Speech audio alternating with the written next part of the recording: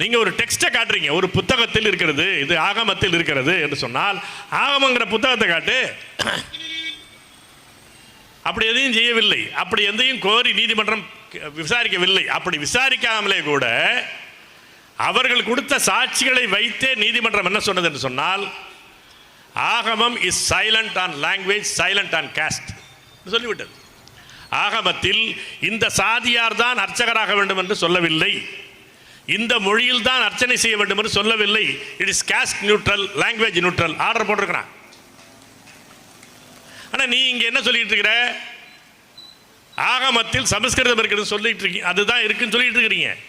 உச்ச நீதிமன்றத்தில் நீ போட்ட வழக்கிலே அதுதானே சொல்லியிருக்கிறான். ஆகமத்தில் இந்த மொழியில் தான் செய்ய வேண்டும் என்று சொல்லவில்லை, இந்த சாதியை சேர்ந்தவர்கள் தான் அர்ச்சகராக இருக்க வேண்டும் என்று சொல்லவில்லை என்பதை உச்ச நீதிமன்றம் சேஷம்மாள் வழக்கிலே சொல்லியிருக்கிறது.